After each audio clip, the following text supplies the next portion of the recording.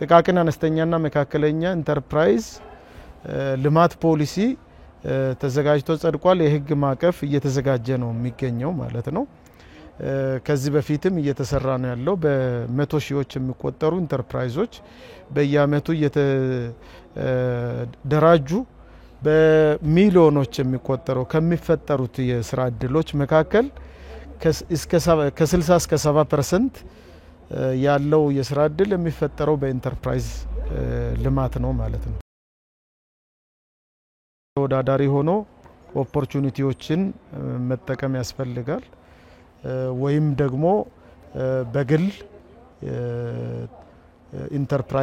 በኢንተርፕራይዝ ተደራጅቶ ከራስ ባሻገር ለሌሎችም የስራ እድል መፍጠር ያስፈልጋል።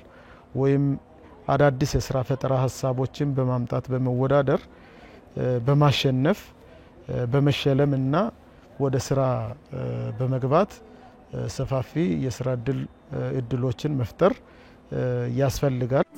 እዚህ አመት ብቻ ይሄ ኢንስቲትዩት ለኢትዮጵያ ኢንዱስትሪ ፍላጎት የሚመጥኑ 11 አዳዲስ ፕሮግራሞችን ቀርጾ አስተዋውቋል። እዚህ በሙሉ አዳዲስ የስልጠና መስኮች ናቸው። ነባሮቹን ከልሰን አዳዲስ ደግሞ ከገበያው ፍላጎት መሰረት አድርገን ነው ቀርጸን ለመስጠት እየተሰራ ያለው ማለት ነው። በዚህ ውስጥ የምንማረው ነገር ምንድነው?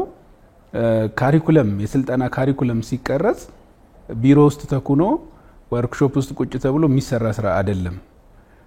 ኢንዱስትሪው ይሳተፋል። ተጠርቶ ኢንዱስትሪው ምንድነው ሐሳብህ ይባላል። የምናዘጋጅልህ ሰው ከቴክኒክና የሚወጣው ሰው ምን አይነት ክህሎቶች ሊኖሩት ይገባል የሚለው ኢንዱስትሪውን ባሳተፈ መንገድ ነው የምንሰራው።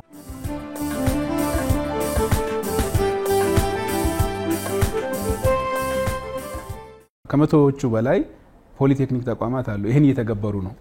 ይሄን ነባሮቹን ለዛ አካባቢ ቫይታል ያሉትን ፕሮግራሞች እየዘጉ አዳዲስ እየከፈቱ ለዛ ጸጋ ለዛ አካባቢ የሚሆን ፕሮግራም እየከፈቱ ይሄን የሚያደርጉ ኮሌጆች በብዛት ተግባራዊ ማድረግ ጀምረዋል። አንዱ የሰራነው ስራ ክልሎችን ለመደገፍ የኮች የማድረግ የማሰልጠን የማብቃት ስራዎች ሰርተናል።